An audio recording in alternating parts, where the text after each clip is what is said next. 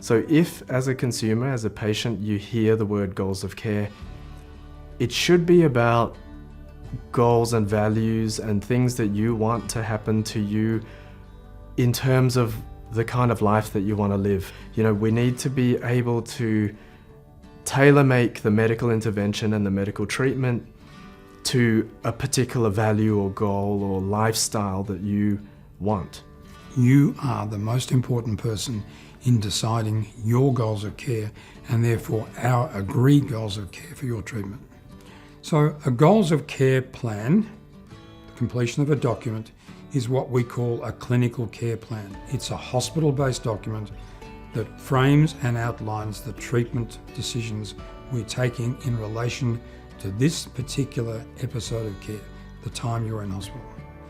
An advanced care plan is something the patient does, often with assistance, to write down what their wishes are, what treatments they would consider and how they would like to be cared for. It's signed by the patient and it's a declaration of their wishes. It should predate hospital admissions wherever possible, and we don't usually prepare advanced care plans with patients during a hospital occasion of service because often they're unwell. It's hard for them to make clear decisions. We would always encourage people to plan ahead. So the biggest benefit for you in having a goals of care discussion is firstly, confidence that the clinicians understand your wishes and preferences, trust in the clinician that the treatment that you will receive will be consistent with those wishes, and together we can pursue the best outcome for you. One of the key reasons for having a goals of care conversation is the possibility exists that you may lose the ability to make decisions for yourself if you become sick. What we're trying to set is what level of treatment we agree is appropriate, is of value to you, we won't offer treatments that won't help, and is consistent with your wishes.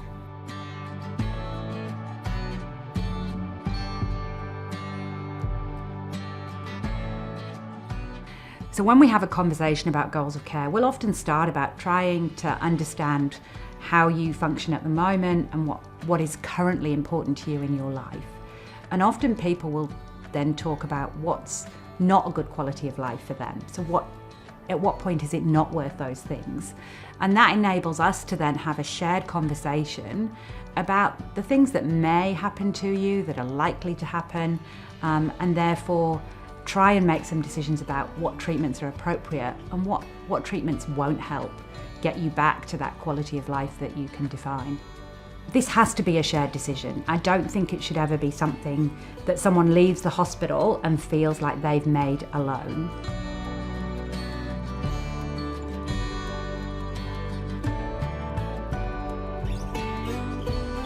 First level of treatment is basically offering all available treatments, including intensive care and including very advanced treatments like dialysis, possibly what we call ECMO, which is an external oxygen support system, or other forms of very advanced therapy.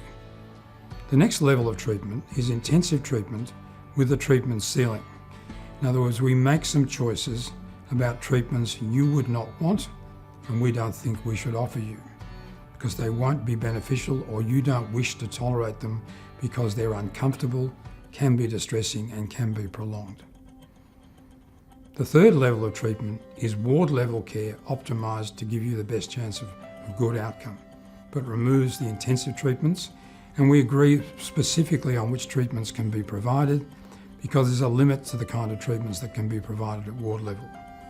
And then finally, there is optimum comfort care, often as part of a care program to manage somebody who is dying or who has chosen not to be treated any longer because they don't wish to be treated any further, which is always their choice. If you put something in a goals of care document and you change your mind, we will change the goals of care document. The document can be revised at any time and is always contemporary. So we've been doing a lot of work to make the documents more accessible. It is now able to be seen by anybody working in the hospital with health professional status, and so it's available in all clinical environments during a hospital admission.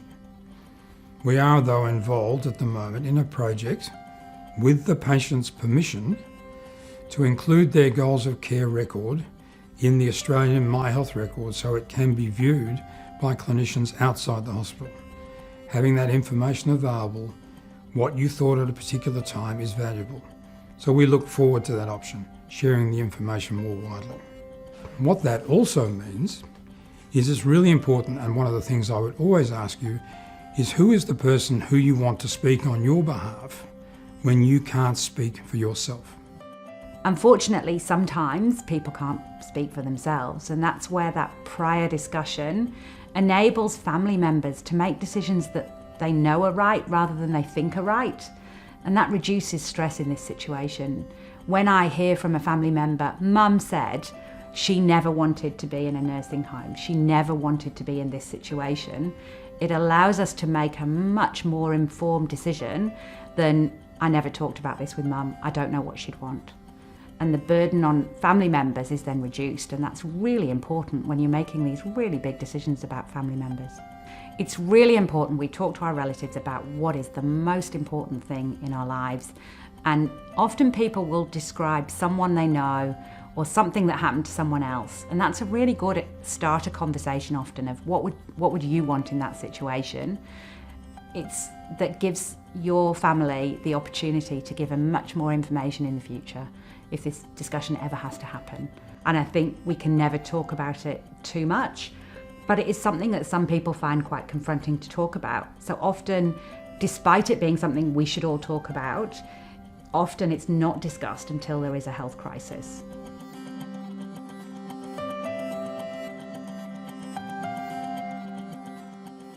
We use a goals of care to build a picture of a family, build a picture of a child, understand what's important to them, and then share the decision making. So we're kind of doing that planning ahead and then sharing the decision making about when we face deterioration, what would be most appropriate. The information is shared across the state because what we hope is that we know that children present to different hospitals, and it prevents the families from having to start from scratch should something occur and the teams need to react and follow the goals of care plan. The goals of care acts as a guide to health professionals, but they would always check back in with the family to ensure that the approach is still appropriate and meeting the family's wishes. It's extremely important that patients know what the health system can offer them, know that their wishes and their goals are represented and that people have heard them and that we're going to try and deliver that as best as we can.